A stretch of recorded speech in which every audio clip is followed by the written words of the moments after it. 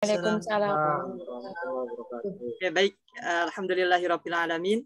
Teman-teman yang dirahmati Allah, sebelum kita memulai pembelajaran perencanaan sistem pembelajaran PAI pada sore hari ini, mari kita sama-sama menyimak terlebih dahulu lantunan ayat suci Al-Quran yang akan dibacakan oleh Saudari Siti Dahriyah dengan NPM 3119179.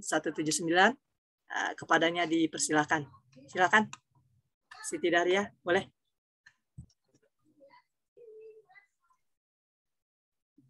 Oke. Oh, bagaimana bisa? Oke, jika belum bisa, baik. Mungkin boleh Saudara Budi Chandra, silakan. Baik, suratnya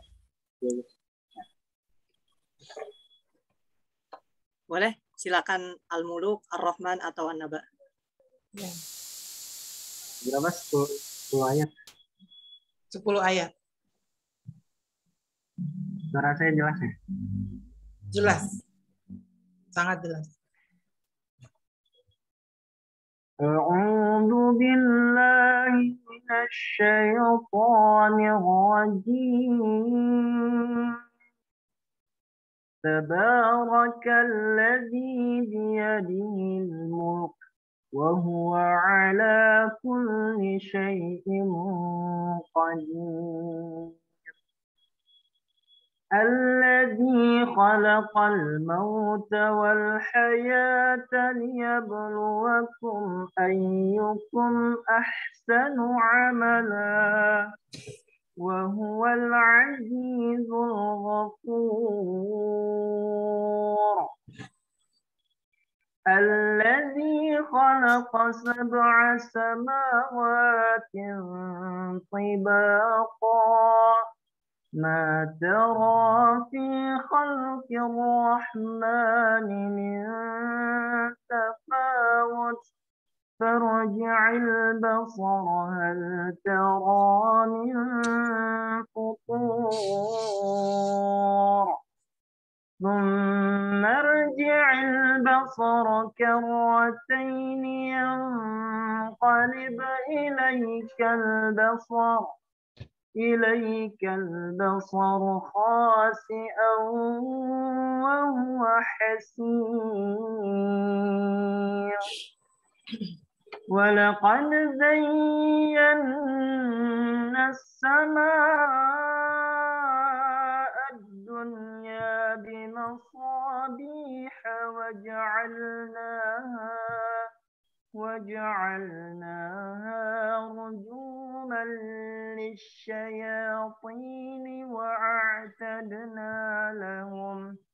وأعتدنا لهم عذاب السعير وللذين كفروا بربهم عذاب جهنم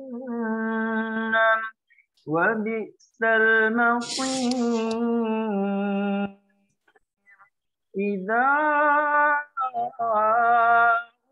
ألقوا فيها سمعوا لها شهيقا وهي تفور تكاد تميز من الغيظ كلما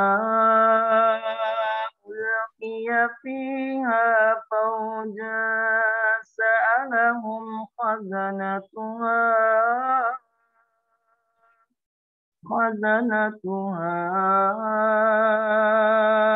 ألم يأتكم نذير قالوا بلى قد جاءنا نذير فكذبنا وقلنا ما نزل الله من شيء إن أنتم إلا في ضلال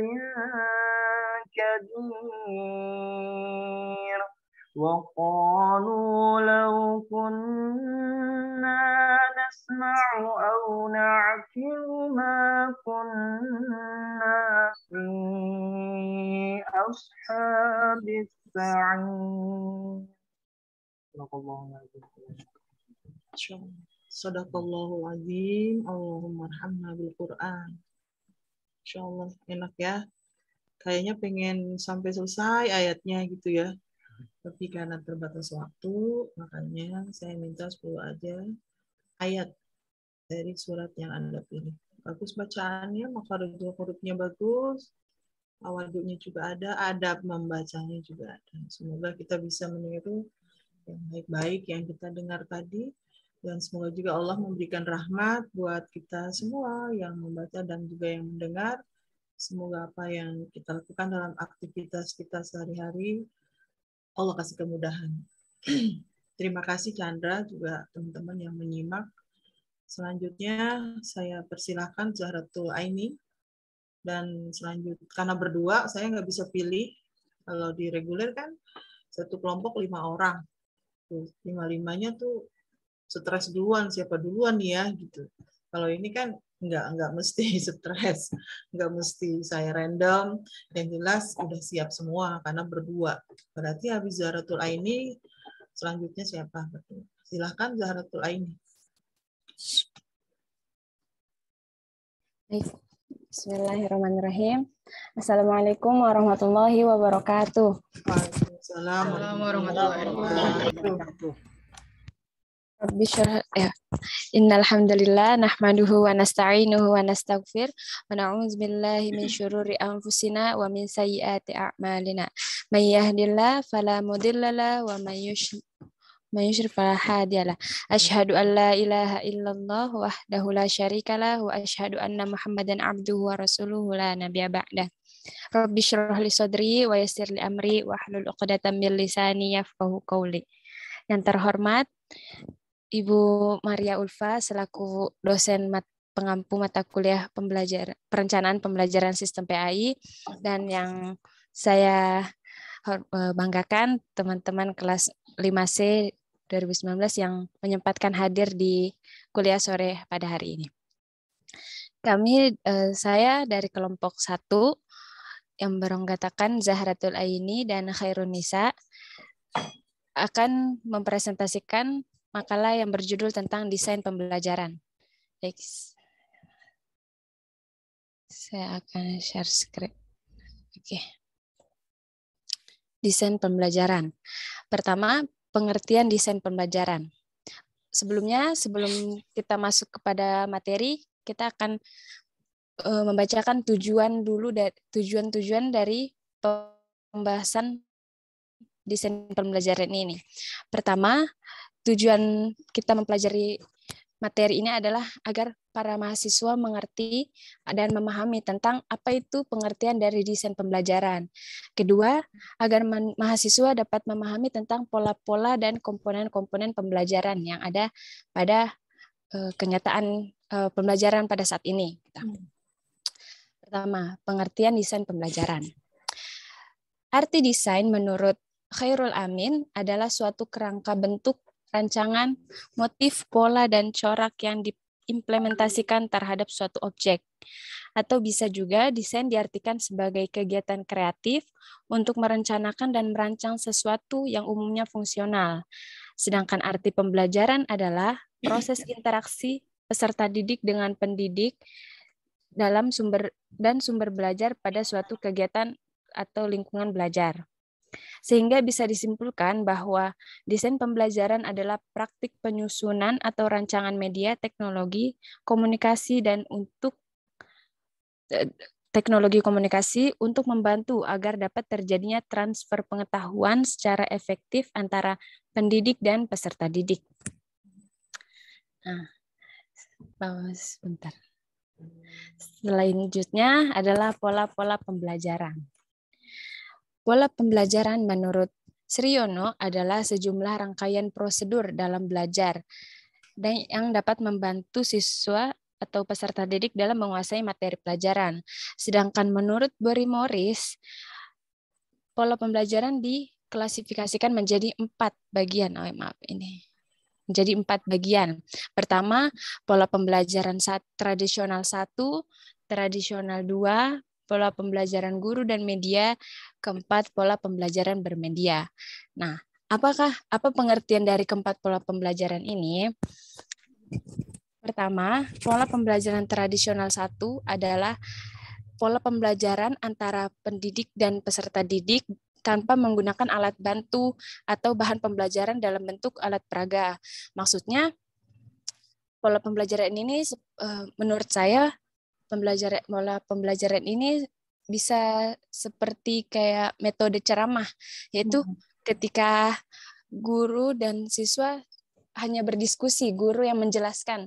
Di sini itu pola pembelajaran guru sebagai satu-satunya sumber pengetahuan gitu. Itu Sumber ketika informasi. iya Bu, sumber informasi. Nah, di sini sampai sini teman-teman sudah bisa memahami? Paham Bu Aini. Selanjutnya kita lanjut ke pola pembelajaran tradisional 2. Nah, pada pola pembelajaran ini guru sudah mulai dibantu dengan alat peraga dalam menjelaskan dan meragakan suatu pesan yang bersifat abstrak. Nah, di sini guru sudah mulai dibantu dengan alat peraga. Misalnya alat peraganya seperti apa? Misalnya kalau dalam pembelajaran biologi, nah situ guru sudah mulai dibantu dengan atau biasa kita bisa lihat kayak organ-organ tubuh. Nah, situ guru sudah mulai memakai alat bantu tersebut. Ketiga, pola pembelajaran guru dan media. Dalam pola ini, pendidik dapat memanfaatkan berbagai media pembelajaran sebagai sumber belajar yang dapat menggantikan pendidik dalam pembelajaran. Jadi, peserta didik dapat memperoleh informasi dari berbagai media sebagai sumber belajar.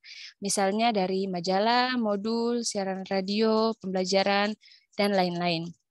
Nah, pada zaman sekarang, pembelajaran guru dan media itu, misalnya guru yang memanfaatkan modul atau pembelajaran yang berupa misalnya guru memberikan modul terlebih dahulu kepada siswanya agar siswanya mempelajari sendiri. Kemudian pada saat itu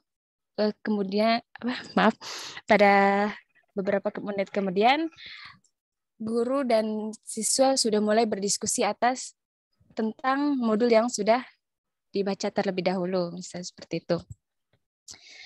Selanjutnya, pola pembelajaran bermedia, yaitu dengan peserta didik atau pola pembelajaran jarak jauh menggunakan media atau bahan pembelajaran yang disiapkan bahan atau materinya apa saja yang kemudian bahan tersebut diaplikasikan pada media sebagai sumber belajar siswa yang utama. Nah, ini nih pola pembelajaran bermedia ini yang sedang booming ya, bukan booming ya, yang sedang diterapkan pada zaman ini gitu. Ketika memang sudah media lah yang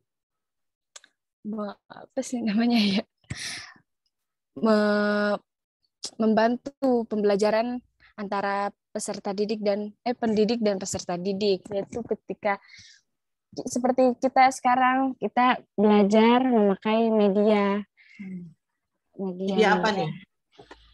Media apa namanya? Kalau Zoom. Media online.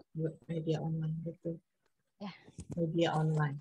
Nah, media online ini yang disebut media, iya benar ya, media online maksudnya betul. Sebagai salah satu-satunya sumber utama dalam pembelajaran kita gitu. Oke.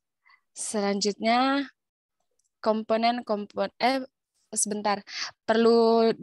perlu diketahui juga bahwa menurut saya pola pembelajaran dan pola belajar itu beda ya.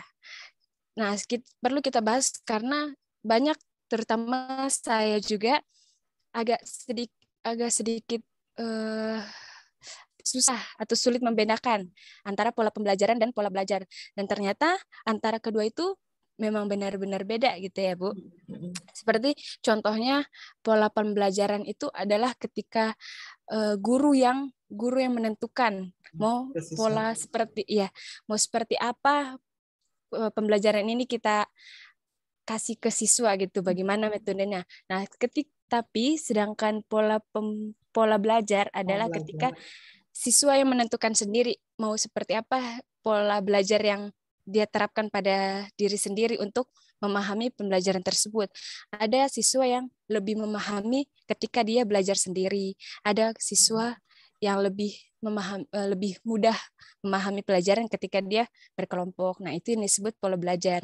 Tapi kalau pola pembelajaran, setahu saya yang menurut Barry Morris ini gitu. Nah, selanjutnya komponen-komponen pembelajaran. Nah, komponen-komponen ini menurut yang saya baca dari beberapa artikel itu adanya kurikulum, pendidik, peserta didik, tujuan pembelajaran, metode, media, dan evaluasi. Nah, mereka ini bertujuh ini saling berkaitan. Ketika satu yang tidak ada, maka kurang sempurna lah istilahnya. Oke, pertama kurikulum. Apa itu kurikulum? Kurikulum adalah rancangan pendidikan mempunyai kedudukan yang sangat strategis dalam seluruh aspek kegiatan pendidikan. Mengingat pentingnya peranan kurikulum di dalam pendidikan dan dalam perkembangan kehidupan manusia, maka dalam penyusunan kurikulum tidak bisa dilakukan tanpa menggunakan landasan yang kokoh dan kuat. Oke. Selanjutnya pendidik.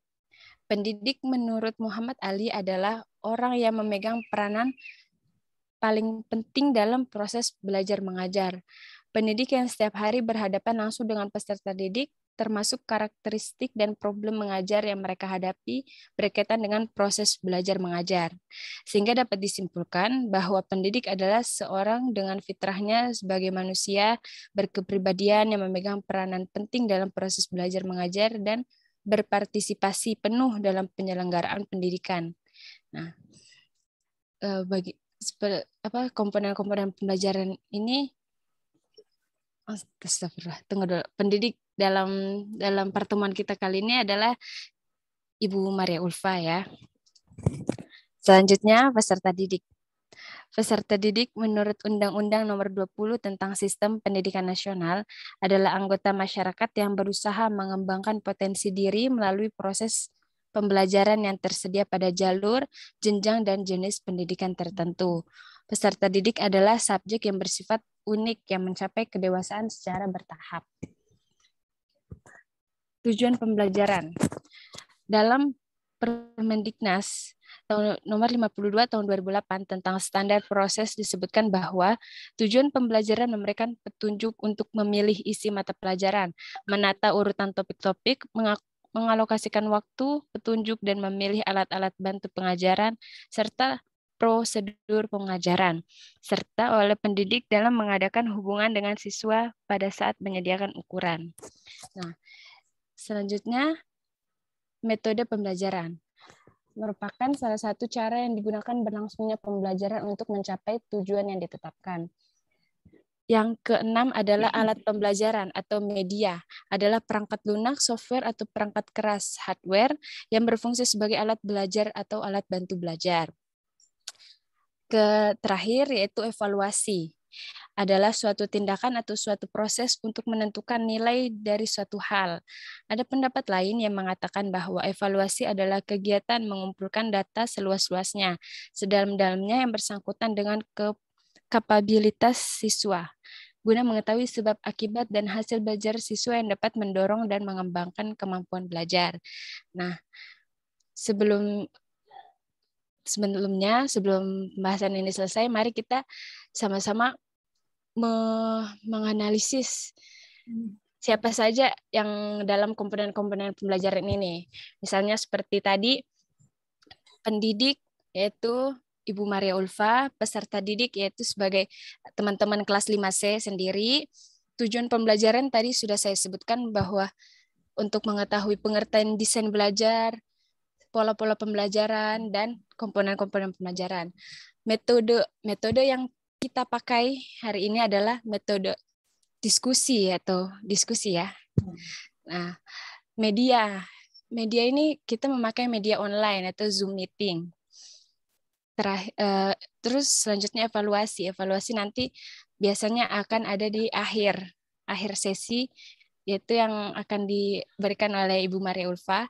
Dan terakhir kurikulum itu misalnya kalau di perkuliahan seperti RPS ya Bu, silabus ya. Bahan ajar, seperangkat bahan ajar. Oh, ya. Berarti komponen-komponen pembelajaran pada hari ini kita sempurna karena sudah ada pendidik, peserta didik, tujuan, metode, media, evaluasi, dan kurikulum. Oke, sekian presentasi saya. Kurang lebihnya mohon dimaafkan. Wassalamualaikum warahmatullahi wabarakatuh. Tidak ada kurangnya bagi saya. Sangat jelas sampai ada contoh ya, kita akan menemukan 4 pola ya kan, pola guru siswa, pola guru alat siswa, yang ketiga pola guru media siswa, dan yang keempat media siswa. Nggak ada guru yang keempat tuh. Dan sekarang banyak dilakukan orang-orang di sana. Bagi negara-negara maju nggak ada masalah ada guru gitu. Ini kita pakai yang keempat. Coba kita lihat present yang kedua, pola saja kali ya, pengertiannya nggak usah. Kira-kira ada nggak sih perbedaan antara pemapar pertama dengan pemapar kedua? Sebagai pembanding, silahkan. Gunakan PPT untuk menjelaskan.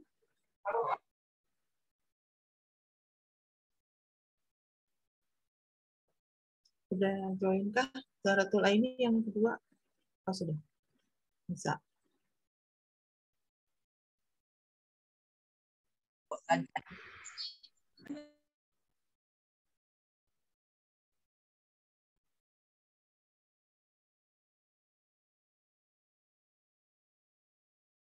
Oke, langsung yang keempat ya, karena definisi hampir sama, ya kan? Jadi desain pembelajaran kerangka atau penyusunan. Ya, bismillahirrahmanirrahim. Assalamualaikum warahmatullahi wabarakatuh.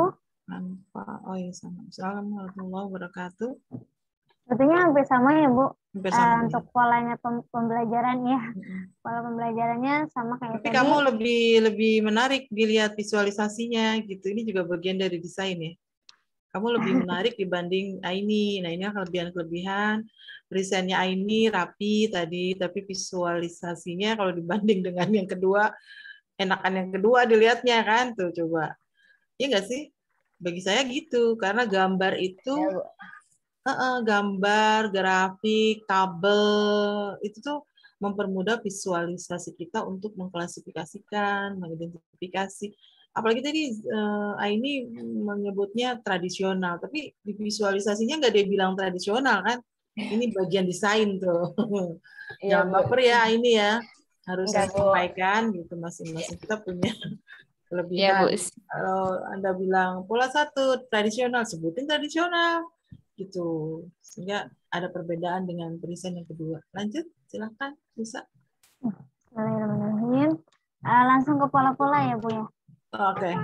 Nah, untuk pola pembelajaran yang pertama, pola pembelajaran yaitu bentuk atau model rancangan yang bisa dipakai untuk membuat atau menghasilkan sesuatu. Jadi pola ini dapat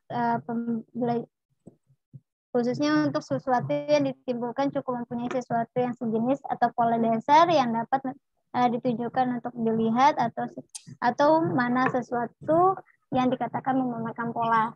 Untuk pola pembelajaran menurut Barry Morris, yaitu yang pertama pola pembelajaran guru dengan siswa tanpa menggunakan alat bantu seperti alat peraga.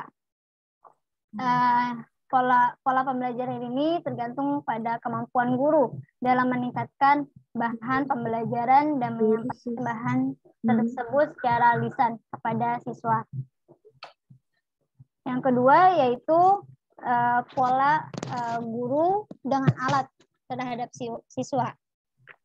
Pola ini guru sudah dibantu oleh alat peraga dalam menjelaskan dan meragakan suatu peran yang bersifat abstrak.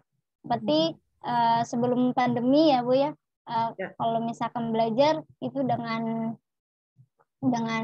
di papan tulis, menulis di papan tulis, menjelaskan di papan tulis dengan adanya spidol dan papan tulis seperti itu. Yang ketiga yaitu pola guru media dengan siswa. Pola ini mempertimbangkan keterbatasan guru yang tidak mungkin menjadi satu-satunya sumber belajar dalam kegiatan pembelajaran. Guru dapat memanfaatkan berbagai media pembelajaran sebagai sumber belajar yang dapat menggantikan guru. Jadi siswa dapat memperoleh informasi dari berbagai media sebagai sumber belajar. Misalnya seperti pada saat ini yaitu internet, majalah atau jurnal yang ada di internet. Pola ini juga merupakan pembelajaran yang berganti antara guru dan media dalam berinteraksi dengan siswa. Nah, selanjutnya yaitu yang terakhir ya Bu, pola pembelajaran media dengan siswa atau pola pembelajaran jarak jauh menggunakan media atau bahan pembelajaran yang disiapkan. Pola ini siswa belajar dengan media tanpa campur tangan guru. Artinya guru hanya sebagai fasilitator yang menyiapkan bahan atau materi pembelajaran saja, yang kemudian bahan tersebut diaplikasikan pada media sebagai sumber belajar siswa yang utama. Ya, jadi seperti saat ini pembelajaran itu mulai jarak jauh dengan media online seperti Zoom meeting ini. Jadi guru hanya sebagai fasilitator ya Bu. Jadi sebagai monitor kalau misalkan ada untuk mengarahkan siswanya. Yang selanjutnya di sini pola juga bisa disebut dengan metode. Mungkin dari sebelum pembelajaran ini kita udah banyak menjelaskan tentang metode-metode pembelajaran ya. Jadi saya akan menjelaskan sedikit saja tentang metode pembelajaran. Yang pertama yaitu metode kerja kelompok. Metode ini bertujuan untuk pembelajaran dengan cara gotong royong. Dalam penerapan metode ini, siswa hanya bekerja, tujuannya yaitu untuk melatih siswa bekerja sama dengan lawan temannya, terus meringankan tugas yang berat untuk dikerjakan bersama, lalu memberikan pengalaman kepada siswa dan melatih tanggung jawab bersama serta membina kekompakan. Jadi ketika adanya pembelajaran kelompok, jadi satu kelompok itu semuanya itu bertanggung jawab untuk mengerjakan tugas. Jadi selanjutnya yaitu metode praktik. Maksudnya yaitu supaya mendidik peserta didik memberikan materi pendidikan baik menggunakan alat atau benda. Seraya diperagakan dengan harapan peserta didik menjadi jelas dan gamblang sekaligus dapat mempraktikkan materi yang dimaksud. Seperti kalau untuk praktik seperti pembelajaran fikih. Jadi kalau misalkan ada materi tentang sholat, jadi dipraktikkan atau diberi contoh seperti sholat yang benar itu seperti apa, itu dengan metode praktik. Yang selanjutnya yaitu metode ceramah. Metode ceramah ini cara penyampaian bahan pembelajaran dengan komunikasi lisan. Metode ceramah ini harus dengan bahasa yang mudah dimengerti anak dan dengan bahasa yang efektif. Jadi agar dapat mudah dimengerti oleh siswa.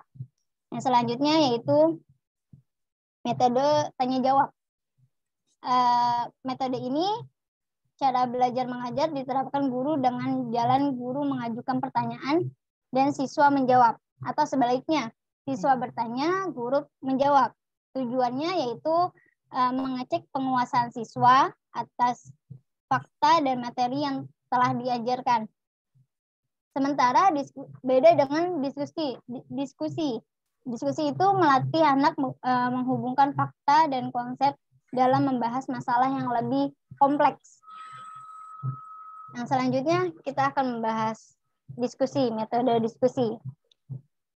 Metode diskusi di sini yaitu proses penglihatan dua atau lebih individu yang berinteraksi secara verbal dan saling berhadap muka mengenai tujuan sasaran atau sasaran yang sudah ditentukan melalui tukar-menukar informasi, mempertahankan pendapat atau pemecahan masalah.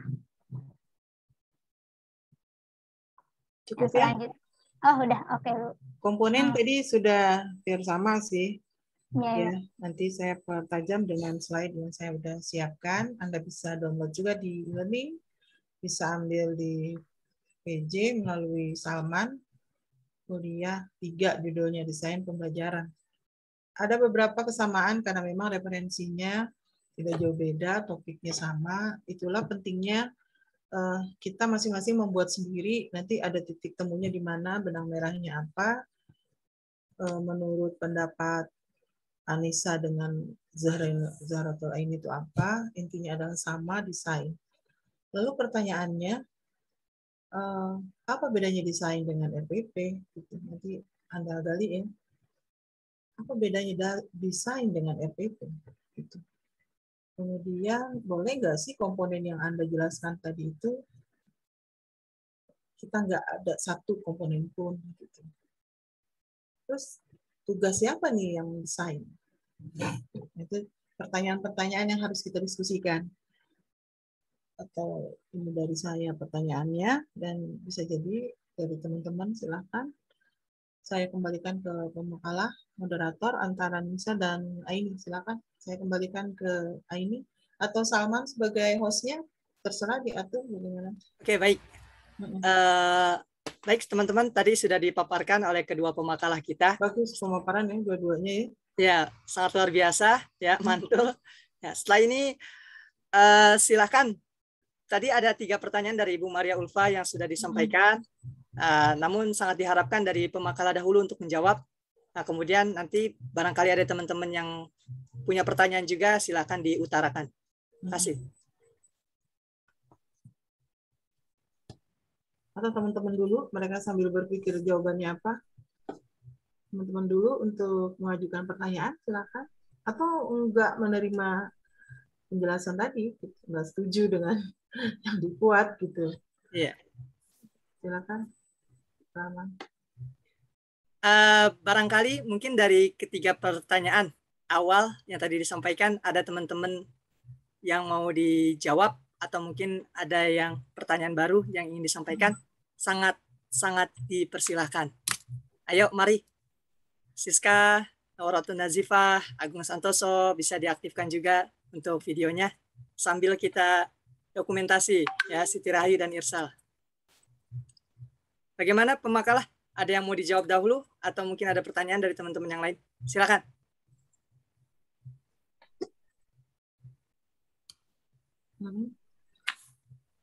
Semua menyalakan audio ya? Audio ya Bu, audio belum. Oh. Oh ya. Ada? Ada yang mau jelas dilengkapi mungkin. Udah sangat jelas mungkin. Ini kalau bagian komponen yang menghilang dari yang tadi disampaikan oleh saudari Zahratul Aini, mungkin kalau dari segi paradigma saya ya Bu ya, mungkin di bagian dari yang kurikulum, kemudian pendidik, peserta didik, terus mungkin yang bisa gitu ya dihindarkan, maksudnya nggak ada salah satunya mungkin di bagian desain kali Bu ya, karena kan di bagian apa? Kenapa? Di bagian apa? Desainnya. Jadi mungkin kembali lagi ke pola pertama. Jadi kembalinya ke pola pertama. Jadi penyampaian itu memang dikembangkan oleh pendidik itu sendiri gitu. Mungkin kalau dari komponen-komponen yang tadi yang ada tuh dari kurikulum, pendidik, peserta didik, itu sampai ke akhir desain dan evaluasi. Mungkin itu kalau pendapat saya gitu.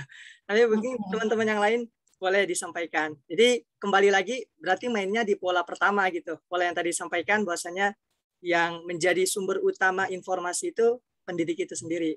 Mungkin gitu. Desain yang hilang. Kemudian kalau tugas siapa yang membuat desain, kalau menurut saya jelas lah. Pasti harus pendidik itu sendiri. Karena oleh kepala TU ya. Iya, Bu. Ya, jangan kepala TU. Ya, karena kalau kita yang buat sendiri kan kita lebih menguasai. Ya. Kemudian tahapan-tahapan slide pertama bahasannya tentang apa itu sangat berbeda banget kalau yang buat kita sendiri. Lebih menguasai intinya. Lalu bedanya dengan RPP apa?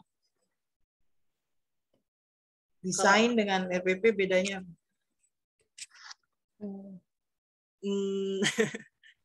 Oke, RPP menjadi perencanaan untuk ini Bu ya, apa rencana pembelajaran RPP, rencana RPP. perencanaan. Sebelum kita mengajar kan kita buat RPP tertulis. Lalu kita membahas desain pembelajaran. Apa bedanya desain pembelajaran dengan RPP?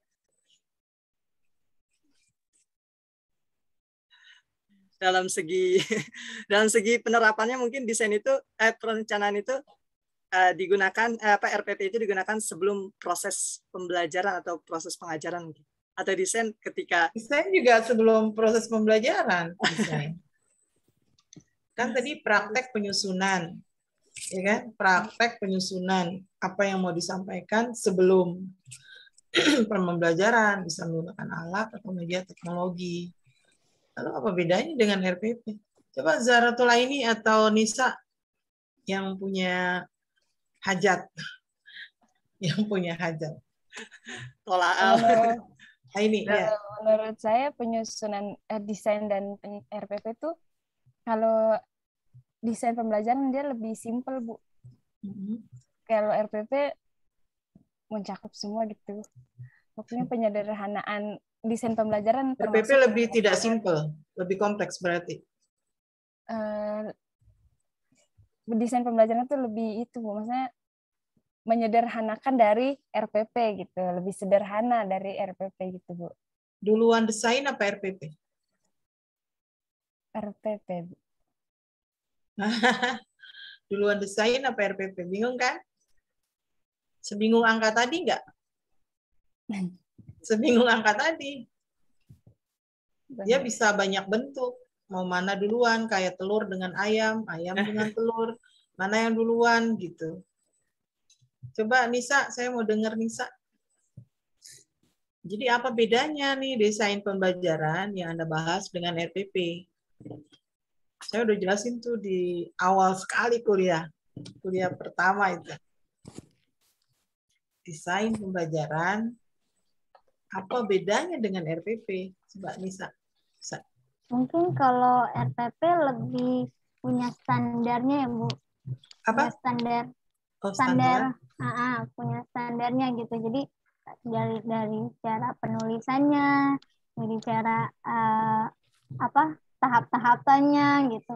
Sedangkan desain lebih kayak apa ya? Itu kembali lagi ke gurunya gitu. Gitu. Ya Pak, dijawab dulu.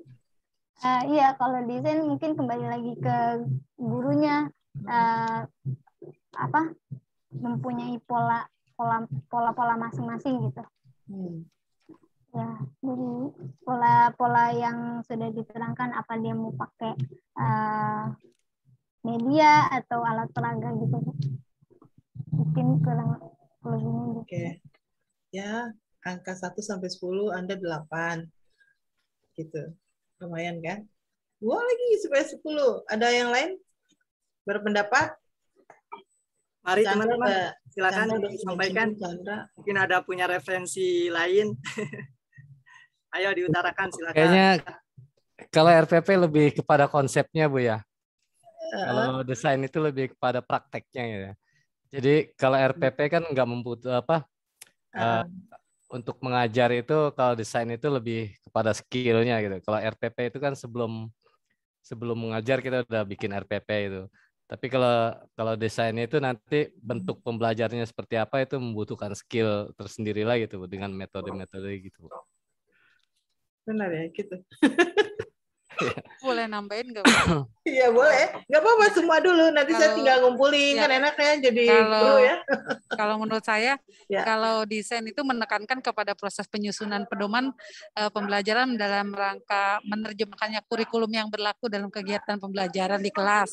Nah, kalau RPP itu menekankan pada proses merancang program pembelajarannya untuk membantu proses belajar siswa. Nah gitu, yang betul. Jadi produk. RPP itu produknya. Desainnya, merancangnya sebelum kita masuk ke RPP gitu. Semua jawaban mulai Aini, Nisa, Panaga, Budaria, kalau disimpulkan maknanya akhirnya sama, tapi pada penggunaannya akan berbeda. Kedua-duanya desain, kedua-duanya penyusunan rangkaian, pola-pola, bentuk-bentuk gitu. Tapi bedanya mana nih, distingsi yang tepatnya di mana? RPP yang kita kenal dengan satu lembar saat ini itu produk dari desain. Hasil dari desain yang harus dibuat oleh guru per topik pembahasan. Kemudian per minggu. Besok lagi per bulan. Ya. Lebih panjang lagi per semester, lebih panjang lagi per tahun. Nah, nanti bagi teman-teman yang sudah guru, sudah berpengalaman, dia punya namanya per tahun. Makanya dikenal dengan prota. Udah kita jelaskan ya minggu-minggu awal. Kalau dia satu semester dikenal dengan promes. Sekarang kita mau mencoba menyusun RPP berangkat dari apa yang kita desain. Begini maksud saya. Kenapa desain harus dipelajari? Karena banyak pola-pola dari yang 4 dijelaskan itu menurut Glasser, semua berdasarkan komponen ini. Mohon izin share ya. Oke, saya share screen. Mana ya? Nih yang ada bundar-bundar. Tampakkah di layar Anda? Sudah tampak belum? Oke, baik. Sudah, Ibu. Kelihatan jelas? Sangat jelas. Nah, ini komponen yang ada di dalam desain. Tuh, komponen yang ada di dalam desain. Makanya tadi saya stop begitu Nisa mau menjelaskan semuanya sama. Ya, ada tujuan tuh dari arah jarum jam, goal, general purpose, gitu. Tujuan umum. General itu umum. Lalu dari mana kita bisa membentuk atau memformulasikan kata general purpose di dalam RPP. Makanya tadi disebut RPP adalah produknya. Desain adalah penyusunan, proses perangkaiannya. Kalau produknya adalah RPP yang mau kita lakukan di dalam pembelajaran, berarti kita harus menyusun goal atau general purpose. Gimana? Di KI, kompetensi inti. Walaupun ini pemerintah yang sudah menyediakan melalui edaran Kemendikbud bahwa KI 1, 2, 3, 4 enggak guru yang menyusun. Tapi memang sudah disediakan. Minggu depan kita tampilkan ya pas pembelajaran tentang tujuan instruksional. Sekarang kita desain dulu. Bagiannya adalah di dalam itu ada tujuan. Lalu KI di breakdown menjadi KD. Kemarin begitu ya, kompetensi dasar. Itu pun juga bukan guru yang menyusun. Sudah disiapkan oleh ketentuan menurut peraturan edaran Menteri Pendidikan dan Kebudayaan melalui satuan kerja atau PUSKUR yang disebut dengan pusat kurikulum. Udah, kita tinggal mengambil kelas berapa, PAI kelas berapa. Nah, pekerjaan kita adalah di IK, indikator kompetensi yang kemarin Bapak Ibu semua sudah mengirim di dalam portal dan sudah paham semua ya bagaimana menyusun IK dengan beberapa kriteria, tentukan AMP, Dengan kita susun AMP mempermudah kita untuk menyusun indikator kompetensi dalam kata kerja yang operasional. Tentunya kata kerja operasional ini yang harus mengacu kepada 3 aspek. Pertama, aspeknya adalah kognitif, yang kedua afektif, yang ketiga psikomotorik. Jadi kalau saya contohkan banyak, Bapak Ibu pengennya 2, nggak apa-apa. Tergantung kebutuhan kita dengan tema yang kita sudah pilih. Nah, semua itu dirangka di dalam general purpose. Ini komponen yang nggak boleh nggak ada di dalam desain. Jadi kita mau merancang nih bahan ajar yang mau saya ajar. Tujuannya apa? Tujuan yang mau saya ajar nih kemana arahnya? Tadi ini contohin biologi. Biasakan kalau contoh ambil aja PAI, karena kita kan guru PAI. Walaupun saya nggak menyalahkan Anda mencontohkan biologi. Betul begitu. Jadi polanya ada 4, guru, siswa. Guru, alat, siswa. Kan gitu ya. Guru, media, siswa. Yang keempat, media, siswa. Begitu kita menggunakan alat peraga apa yang bisa kita gunakan kalau pelajarannya PAI. Nah, ini pola yang kedua, karena ada alat bantu. Tapi kalau pola pertama, itu nggak ada alat. Inilah yang disebut dengan tradisional, kalau Aini bilang. Kok tradisional ya? Namanya tradisional kan konservatif ya. Kuno gitu. Lawannya apa kalau tradisional? Modern kan? Udah 4.0, mengajar, nggak pakai alat bantu. Aduh, kesiangan bangunnya, kan gitu. Jadi kita harus menyesuaikan eranya. Tentunya desain yang kita buat adalah menyesuaikan eranya. Gitu. Apalagi kurikulum 2013-nya mengacu pada 4C. Critical thinking, collaboration, creativity, and communication. Nah, 4C ini hanya bisa diambil dengan bantuan media atau alat yang mempertegas seluruh penjelasan yang mau kita ajarkan. Ini semua dipikirkan di dalam desain. Dipikirkan berarti maksudnya dirancang ya, disusun. Media, teknologi sebagai alat yang mempermudah dalam perancangan itu. Kok Bu ada media teknologi? Iya, karena eranya memang. Seperti tadi udah contoh nih, ini sebuah media ini. Tapi ini pola ketiga ya, ini bukan pola keempat. Kalau pola keempat saya nggak ada. Saya kirim link, buka di portal student, pahami linknya, buat pertanyaan 10 pertanyaan dari link yang Anda lihat, masukkan lagi ke portal. Saya nggak ada. Saya berfungsi sebagai fasilitator. Itu mastery learning namanya, belajar tuntas sendiri dengan pola yang keempat. Tapi kalau pola yang ketiga, ada saya di situ. Kenapa ada saya? Saya sebagai fasilitator, media adalah sebagai alat bantunya. Ini sebagai salah satu media yang di mana guru atau pendidik dia berfungsi hanya sebagai fasilitator. Lalu yang aktif siapa? Ya siswanya.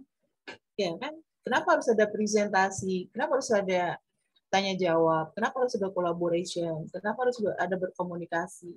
Kenapa saya paksa bikin PPT sendiri, presentasikan sendiri? Biar bagaimanapun nanti seorang guru selain dia mendesain produknya RPP, dia harus mengoperasikan sendiri bahan yang dia buat. PPT yang dia buat. Betul tadi Salman bilang. Bahwa sebenarnya guru nggak boleh nggak bikin bahan ajar. Nggak bisa nggak mengembangkan bahan ajar. Lalu nggak bisa juga nggak dia bikin PPT. Kenapa demikian? PPT adalah yang mempermudah kita untuk menjelaskan ke anak yang kalau gaya belajarnya visual. Tadi udah dijelasin oleh ini ya. Beda antara model atau pola pembelajaran dengan pola belajar. Kita ingin menyatukan nih antara pola pembelajaran si kita nih sebagai pendidik dengan anak sebagai peserta didik. Oleh karena itu, konsep al-fahmu wal ifham harus ketemu. Harus ketemu. Kalau enggak, udah gitu aja, udah hilang gitu aja. Kita ngomong panjang, tapi siswanya nggak mengerti. Hanya karena kita salah menggunakan pola. Mau pola 1, pola 2, pola 3, atau pola 4. Sebelum saya lanjutkan, mengerti ke Anda semua? Ada yang berbeda pendapat, boleh? Silakan. Ada? Kecepatankah saya bicaranya? Kayaknya agak kecepatan. Agak kecepatan. Ya belum paham. Benar kecepatan. Saya ngerasa sih nggak kecepatan ya. Saya ulang lagi. Ulangi dari mana ya? Sebenarnya nggak usah diulang, ada recording ya. Anda tinggal lihat itu aja. Itu untuk mempermudah. Lagi-lagi recording media. Dulu media siswa. Recording itu media.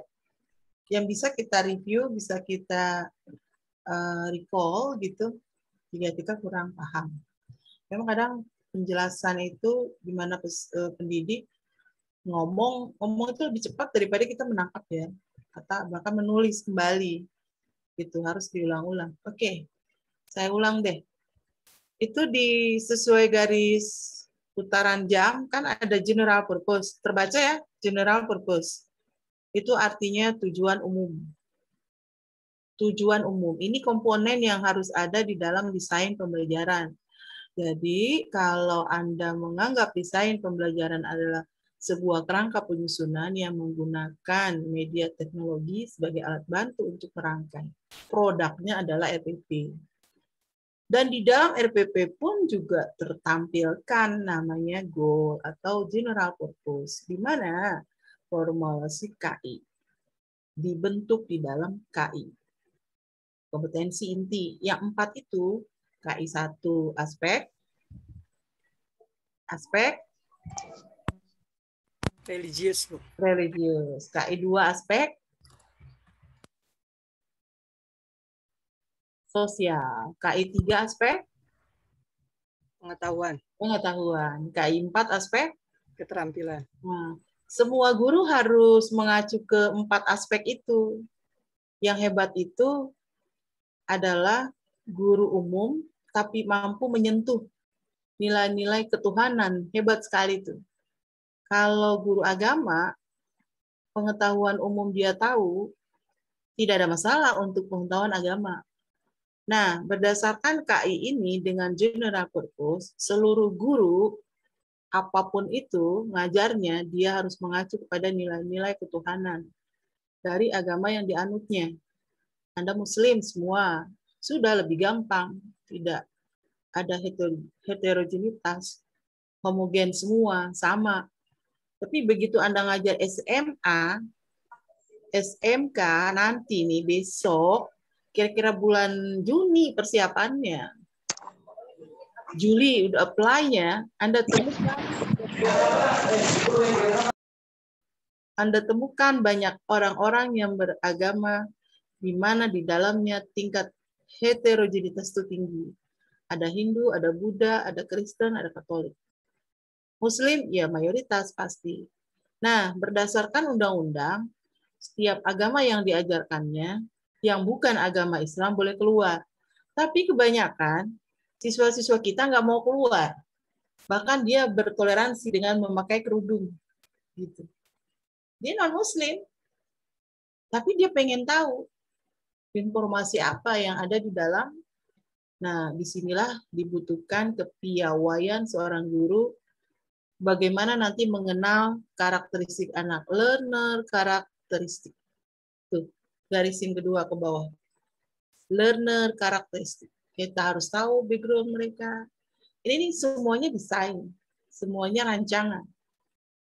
Nanti hasilnya ada di dalam RPP. Produknya Anda rumuskan di dalam RPP. Saya ngajar agama, di dalam kelas ada agama lain selain Islam. Bikin komitmen di situ. Anda nggak boleh protes. Anda sebagai mustami' saja, menjadi pendengar aja. Jangan mengatakan apa-apa saat saya menjelaskan. Agamamu adalah agamamu, agamaku adalah agamaku.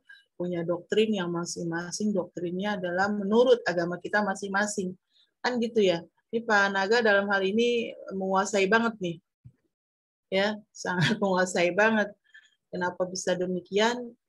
Peta jejak ya, jejaknya panjang nih, rekam jejaknya panjang. Beda dengan orang-orang yang memang lahir udah Muslim, ya kan? Dia habits, dia pembiasaan. Tapi kalau orang-orang non Muslim, kemudian dia mempelajari Islam, logika jalan, doktrin belakangan, tapi logika ini nggak masuk akal ini.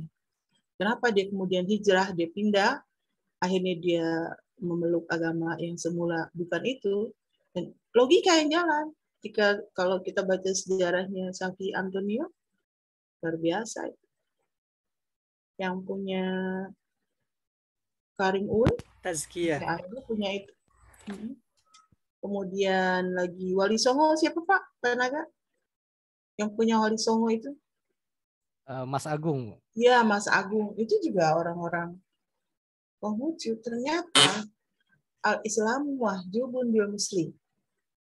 Al-Islamu mahjubun bil muslim. Islam itu mau setuju atau enggak nanti Anda pahami. Muhammad Abduh. Iya, al-Islamu mahjubun bil muslim. Islam tertutup. Islam itu sendiri. Lalu siapa yang maju? Orang yang di luar Islam. Karena dia mempelajari agama Islam. Maju dia, tapi orang Islam tidak mempelajari agamanya, ya dia akan mengalami sebuah kemunduran. Itu sebuah riset ya. Dan sebuah pendapat yang terkadang kebenarannya kita juga bisa akui. Nah, ini bisa juga bagian dari desain ketika kita akan mengajar. Di mana adanya itu? Kolom ke bawah. Learning objectives. Learning objectives. Tujuan pembelajaran. Kalau tadi tujuan umum. Sekarang tujuan pembelajaran. Bedanya apa? Kalau tujuan pembelajaran berdasarkan subjek konten. Yang bawah itu. Bawahnya lagi. Kalau tujuan pembelajaran berdasarkan konten, maksudnya itu isi. Isi. Antara tayamum, tujuan pembelajarannya akan berbeda dengan wudhu. Gitu maksudnya. Learning objectives. Kalau yang disebut dengan general purpose, bukan per mata atau per topik. Tapi yang tadi ada KI. 1, 2, 3, 4. Oke, ke bawah lagi. Pre-assessment itu komponen yang juga harus kita rancang, kita siapkan sebelum ada penilaian. Tadi udah disinggung Aini. Kenapa harus ada penilaian dan harus kita siapkan sebelum dilakukan penilaian, namanya pre-assessment. Guru penting melakukan sebuah penilaian. Ya, kalau Anda belajar tes dan evaluasi pembelajaran, ada penilaian, ada pengukuran yang semua fungsinya beda-beda, satu kualitatif, satu kuantitatif. Yang penting kita ini sudah tahu dasar dari asesmen adalah untuk mendigrikan, untuk melihat tingkatan. Ya kan? Tingkatan apa? Tingkatan hasil belajar anak. Hasil belajar yang mana? Hasil belajar itu kan tingkatannya ada yang maksimal, ada yang optimal, satu lagi minimal. Maksimal, optimal. Makanya kriteria ketuntasan minimal. Dia nggak bilang kriteria ketuntasan maksimal. Kesian yang low order thinking skill. Di Habibie Center saja yang semuanya IQ-nya tinggi hasil tesnya, itu masih aja ada anak-anak yang middle atau average. Kenapa demikian? Banyak faktor ya. Hasil tes awal menunjukkan dia tinggi. Masuklah dia placement test kelas yang tinggi. Begitu dalam proses, kok bisa turun? Sangat tergantung kepada proses yang ada di dalam. Mana yang baik? Input baik, proses baik, hasilnya udah baik. Input jelek, proses baik, hasilnya input jelek, proses baik, hasilnya baik. Baik. Input baik, pinter semua, prosesnya jelek. Nah, hasilnya ya jelek. Jadi bukan karena input, karena proses ya. Ini kita sedang belajar proses. Ya. Kemudian evaluation tadi udah disinggung, support services. Support melayani termasuk di dalamnya ada sarana prasarana, ada kepala-kepala laboratorium. Ini seluruh komponen sangat mendukung di dalam terselenggaranya desain pembelajaran. Entering behavior mengenal, beda dengan learner karakteristik. Kalau learner karakteristik anak. Kalau entering behavior mengenal atau mengidentifikasi. Ya, di sini ada proses di sini. Mengidentifikasi perilaku anak. Dan terakhir adalah teaching learning activities resources. Apa ini maksudnya? Sumber kegiatan belajar mengajar. Tadi udah dijelaskan tuh Aini sama Misa. Ternyata kalau kita pakai pola yang keempat, sumber belajar, sumber kegiatan belajar mengajar, bukan guru, karena guru bukan merupakan satu-satunya sumber belajar. Berarti ada sumber belajar lain. Nah, sekarang eranya digital menuju 5.0, bukan karena pandemi, akhirnya kita mengenal banyak media online, sosial media online, termasuk saat ini kita sedang mempelajari bagaimana mengaplikasikan media online. Termasuk nanti desain ini Anda harus terbiasa, karena memang eranya itu. Dan pola yang paling tepat adalah pola 3 dan 4. Bahkan kalau yang nomor 1 dilarang itu. Pola yang 1 dilarang, kecuali majelis taklim. Ibu-ibu ini nakal ya. Ibu-ibu nih gimana ya? Itu ibu-ibu kayak Al-Quran lapuk.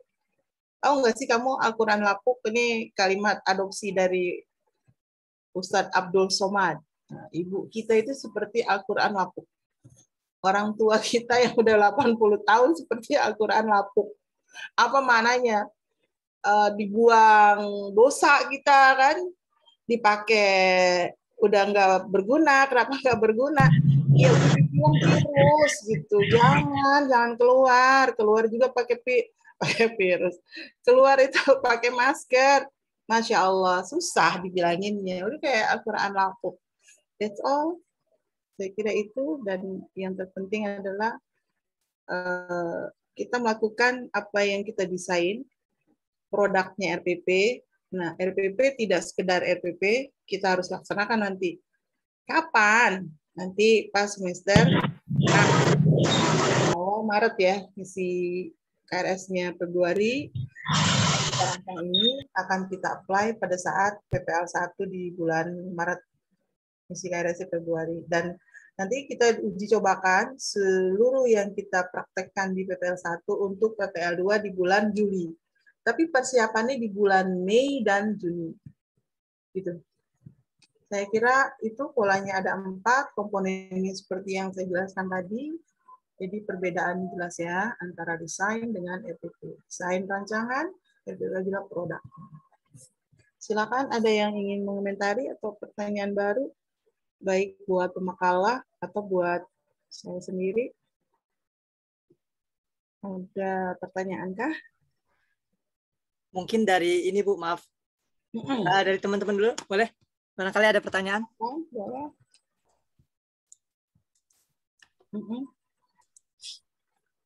Ini Bu Maria, maaf. Silakan. Tadi seputar pola 4 ya. Itu memang guru bahkan yang tadi Ibu sampaikan ya bukan fasilitatornya nggak bergabung gitu. Bahkan iya. kita buat pertanyaan. Nah, mungkin ini seputar ini aja ya, penanaman kesadaran kita gitu. Kadang-kadang kan kalau kita nggak ada pendidik, maksudnya ini di luar konteks, kadang-kadang nggak ada pendidik gitu. Kesadaran kita dalam melalui proses pembelajaran walaupun dengan media saja gitu, itu nilai tanggung jawabnya masih belum bisa ditumbuhkan gitu kan. Itu kan juga menjadi benahan juga gitu dari dalam diri peserta didik gitu. Apalagi mungkin bagaimana pandangan Ibu, kan maksudnya dari bawaan kita aja sering malah itu kan sulit kalau tidak ada guru yang ngontrol gitu. Kita semua maksudnya mahasiswa. Iya Bu. Mahasiswa ya. Kalau mahasiswa masih berpikir begitu, apa bedanya dengan anak SMP, SD? Anda tahu kan, kalau mereka menggunakan pola yang keempat, gurunya kan kirim link ke WhatsApp Messenger. Jadi Anda semua mesti tahu media online itu apa saja. Oke. 1, Google Meet, 2, Zoom Meet, 3, WhatsApp Messenger, 4 bisa video call, Twitter, Propose, banyak ya, teleconference, gitu.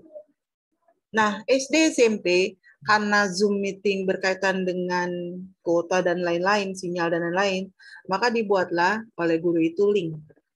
Dikirim ke WhatsApp Messenger-nya, ke WA, untuk dilihat oleh anaknya.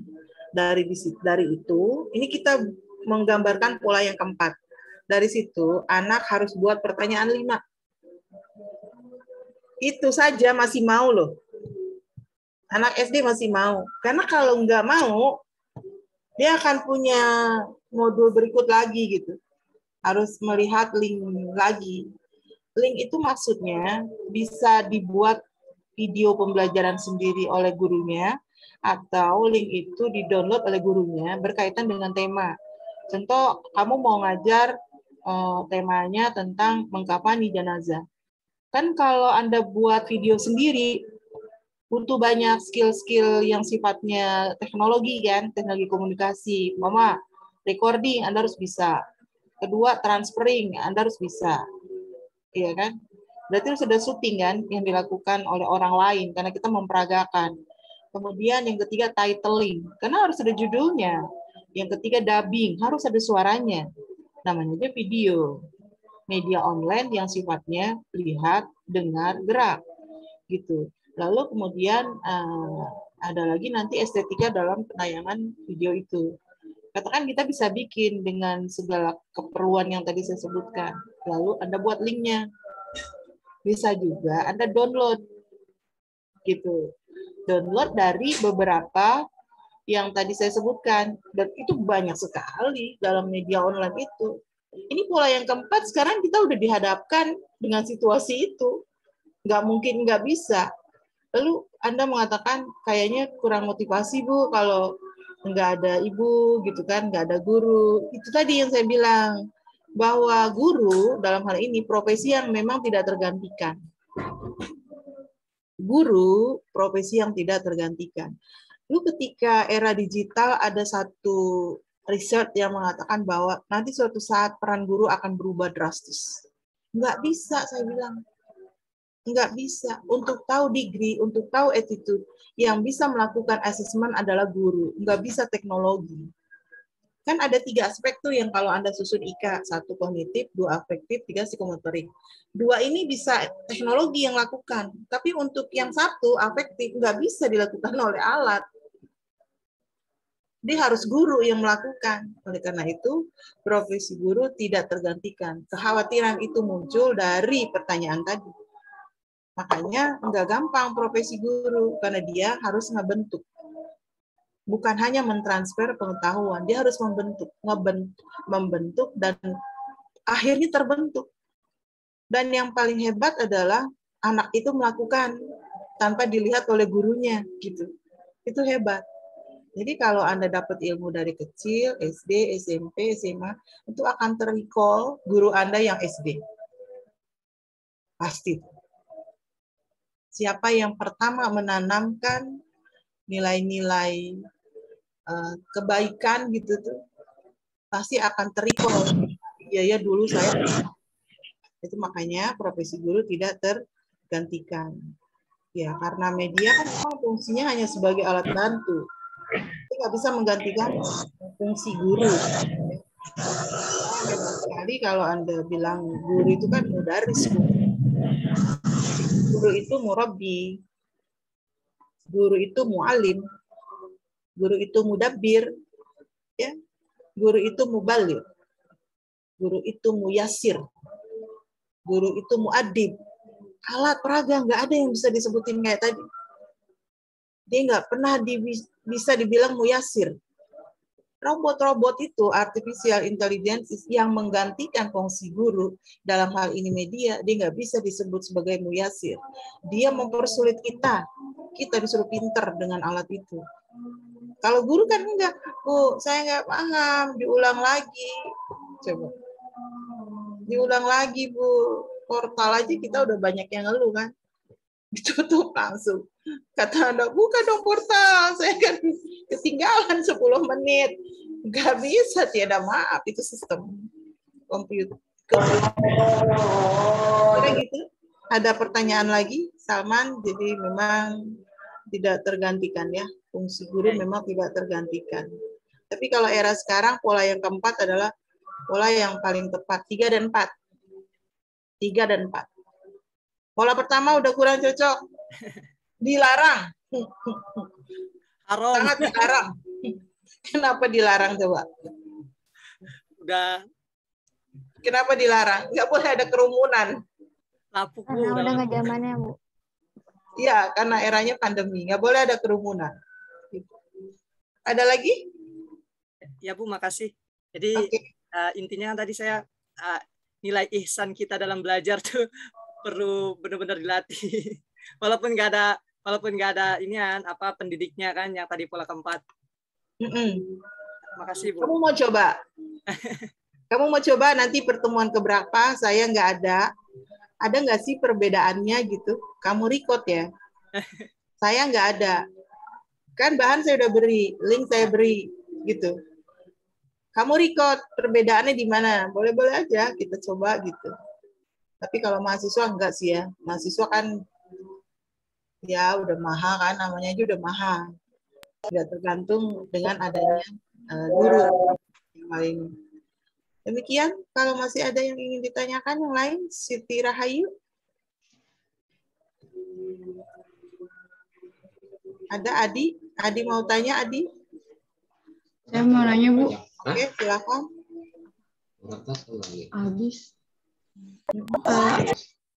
Apakah mungkin pola pembelajaran yang guru tentukan dengan pola belajar yang siswa pilih gitu, Bu? Apakah mungkin berbeda atau memang harus sama?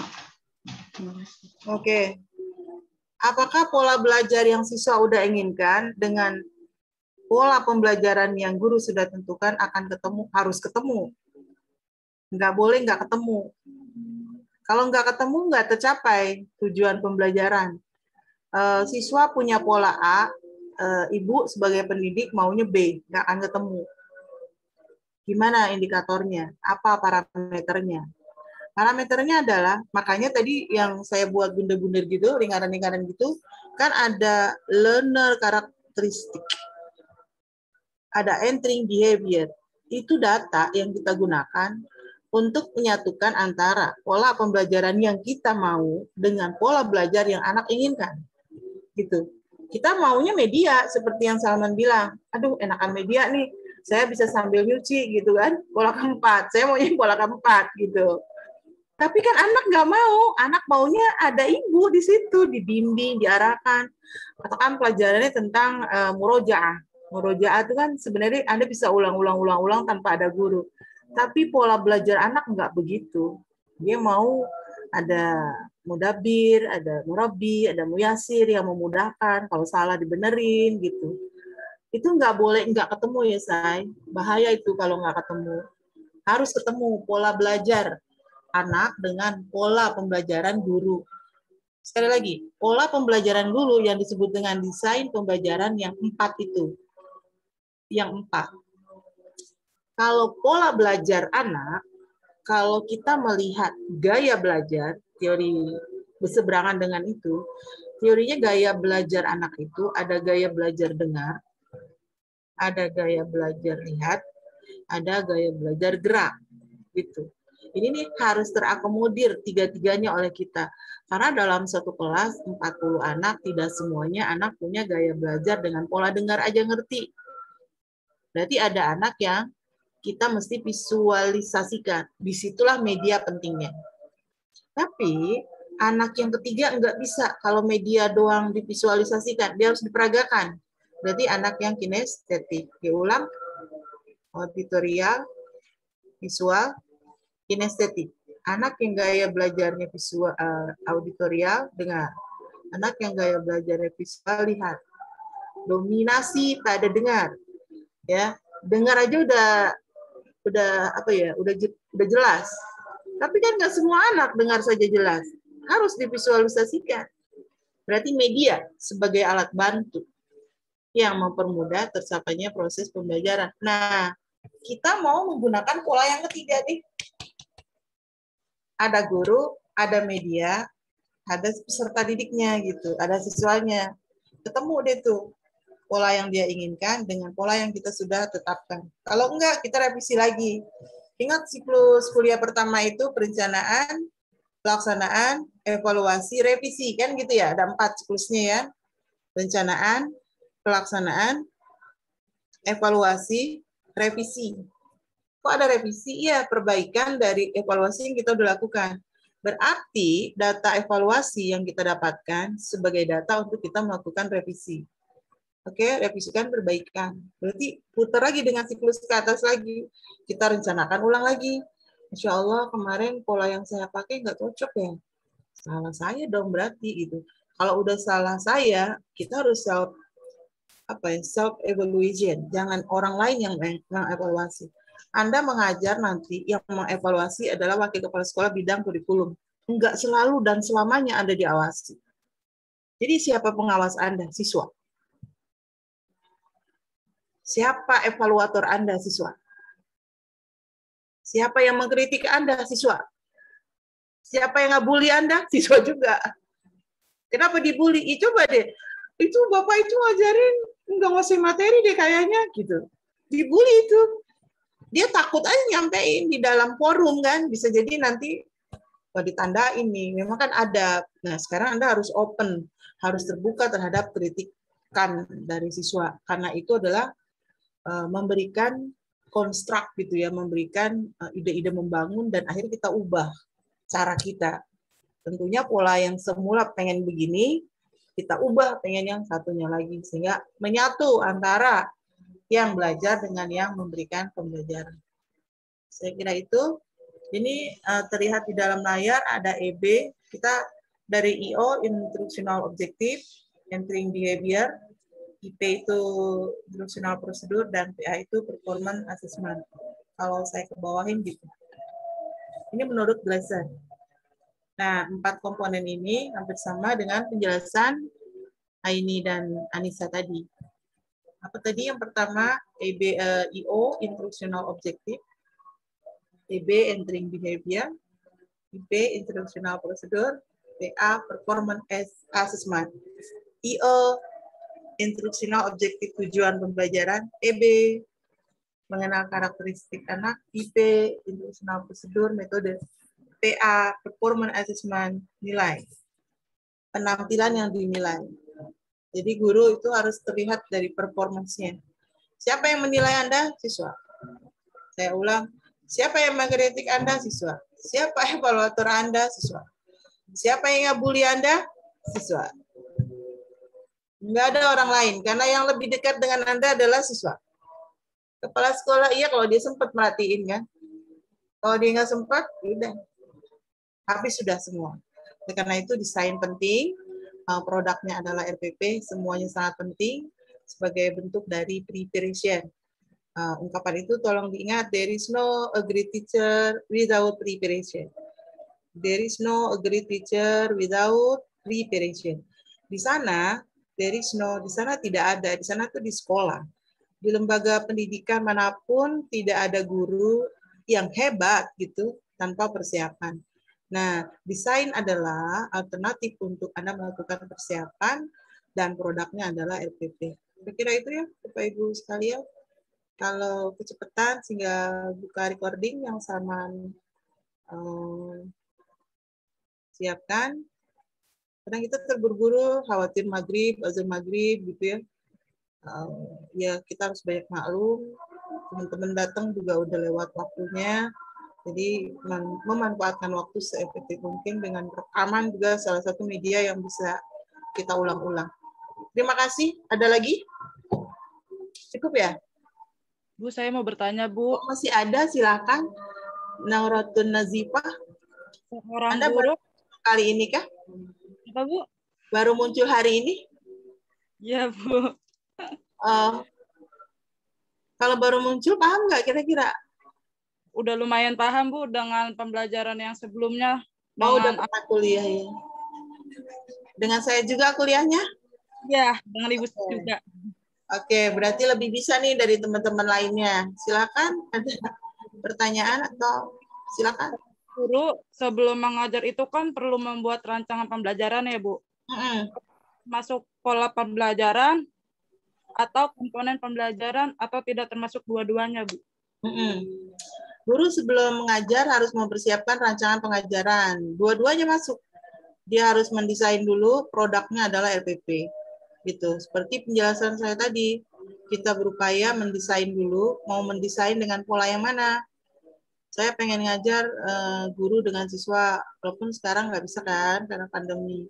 Oh enggak, saya menggunakan alat bantu. Oh enggak, saya pengen pola yang ketiga, berarti ada media, baik online maupun offline. Oh enggak, sayanya nggak ada, saya pakai media online. Siswanya tinggal ikutin arahan saya nggak ada di situ. Nah, itu tuh bagian dari desain. Produknya adalah RPP. Yang Anda inginkan dalam desain itu nanti ditulis di RPP. Karena RPP kan komponennya ada tujuan, ada bahan, ada metode, ada media, ada alat, sumber, dan evaluasi. Kalau Anda mau mengambil dengan yang pola keempat, metodenya apa? Resitasi. Itu sangat penting tuh Anda ketahui di situ. Oh enggak, saya mau pakai pola yang pertama, berarti metodenya apa? Ceramah. Gitu. Oh enggak, saya mau pakai model yang ketiga, media online. Oh, berarti metodenya adalah praktek ya dengan melihat link. Enggak, saya mau pakai yang kedua. Oh, berarti Anda harus menggunakan metodenya demonstrasi. Makanya RPP produk dari desain yang kita pilih. Desain yang mana, pola yang mana, 1, 2, 3, 4. Seperti yang tadi dipaparkan oleh teman kita Nisa dan Aini. Itu Nazifa, Rotun Nazifa, ada lagi yang lain?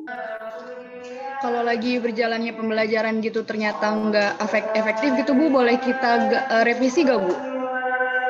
Desain dan RPP-nya itu. Oke. Sambil berjalan gitu Bu. Ya.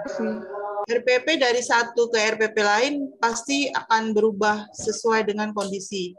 Jangan lupa ABCD, audience, behavior, condition, and degree. Audience, behavior, condition, and degree. Tadi pertanyaan Anda udah dibuat nih sebagus mungkin, tapi nggak efektif juga ya, gitu. Berarti Anda harus lihat kondisinya. Sarana prasarana biasanya menjadi kendala saat kita membuat RPP semaksimal mungkin, sarananya nggak ada. Walaupun kita udah pernah membahas bahwa 8 standar pendidikan, salah satu adalah sarana ya. Itu kan nggak mungkin nggak ada, walaupun ini menjadi tugas lembaga pendidikan, dalam hal ini kepala sekolah dan pengurus yayasan kalau dia swasta. Nah, kalau enggak, berarti guru harus punya kreativitas menciptakan sendiri sarana yang paling sederhana. Sarana apa yang paling sederhana? Kalau Anda tinggal di daerah pedalaman, lingkungan sekitar menjadi sarana gitu. Bawa aja outing program anaknya gitu. Bawa keluar anaknya, itu lingkungan juga menjadi sarana atau milieu. Media yang langsung berarti kan. Nah, lagi-lagi pandemi, nggak boleh ada langsung gitu. Tinggal dipersiapkan. Betul, tadi pertanyaanmu udah kamu jawab sendiri. Kalau tidak efektif, apakah kita harus merevisi lagi RPP yang kita udah buat? Ya, jawabannya ya. Harus kita revisi, rencanakan dari ulang lagi. Kasih Bu. Oke, lagi ada? Cukup aktif kelas ini, memang saya sungguh sangat mengapresiasi Anda, tetap dipertahankan sehingga satu pertanyaan yang baik itu sebenarnya sudah separuh dari jawaban ya. Itu pertanyaan yang sistematis, terdengar bahwa itu informasi baru buat kita. Jadi jangan selalu merasa takut, merasa jangan-jangan pertanyaan saya nggak kontekstual, enggak, jangan gitu. Keluarkan aja apa yang Anda inginkan, sehingga kita bisa bahas dalam forum ini. Demikian ya, kalau tidak ada lagi. Cukup. Ahmad Sofyan, Anda menyimak? Apa Bu? Adi, ada Adi di situ? Anda menyimak? Hadir. Oke, Salsabila Syaharani masih menyimak ya? Saya kira cukup. Silakan kalau masih ada pertanyaan Anda bisa layangkan ke email saya. Di situ ada executive summary atau ringkasan kuliah hari ini. Tugasnya bukan menyusun desain, tapi meringkas desain apa, definisinya apa, komponennya apa saja, pola-pola apa dalam desain itu. Anda ketik rapi, Anda upload sampai jam 11 malam. Atau di Besok ya Salman ya. Iya Bu, kayaknya mesti terpending. Ya, tawar menawar lagi. Masa biasa hari Rabu dan hari Kamis tuh sampai jam 10 kurang sedikit. Kamis sampai jam 10. Ya, Masya Allah banyak banget beban pekerjaan kita ya. Maafin saya ya. Saya takut nanti dibully oleh kelas C. Tugasnya banyak banget. Kewajiban kita, Bu. Apa? Yang kewajiban kita sebagai mahasiswa, Bu. Ya, kamu lagi baik kayaknya ini. Kamu lagi bener ini kayaknya ngomongnya. Seorang mahasiswa harus ikhlas, Bu, diajarkan, Bu. Oke. Saya mohon maaf kalau saya bikin dosa dengan banyak beban gitu. Ya, kalau nggak begini nggak ada lagi cara sih untuk bisa mendigrikan. Demikian ya Bapak Ibu sekalian, mohon maaf atas segala penjelasan yang katanya kecepatan, penjelasan yang kesannya terburu-buru. Anda tinggal lihat di recording. Ya, yang penting Anda tahu polanya ada 4 dalam desain. Guru siswa, guru alat siswa, guru media siswa. Anda mau pakai yang mana? Terserah. Sesuaikan dengan eranya, sesuai dengan kebutuhannya. Jangan pakai yang pertama, diomelin orang sekampung. Nanti ada klaster sekolah, ada kampus aja ketar-ketir tuh pakai pola yang pertama tuh. Ketar-ketir karena nggak siap. Infrastrukturnya nggak siap. SDM-nya siap. Allah alam, SDM-nya siap, ya pakai sampel gitu. Anda mau pakai pola yang mana? 2, 3, 4 lah ya. 2, 3, 4. Mari sama-sama kita tutup mata kuliah hari ini. Semoga mendapat pencerahan dan Anda bisa praktekkan besok dalam profesi Anda sebagai guru. Kita tutup dengan sama-sama membaca doa kafaratul majlis. Subhanallah.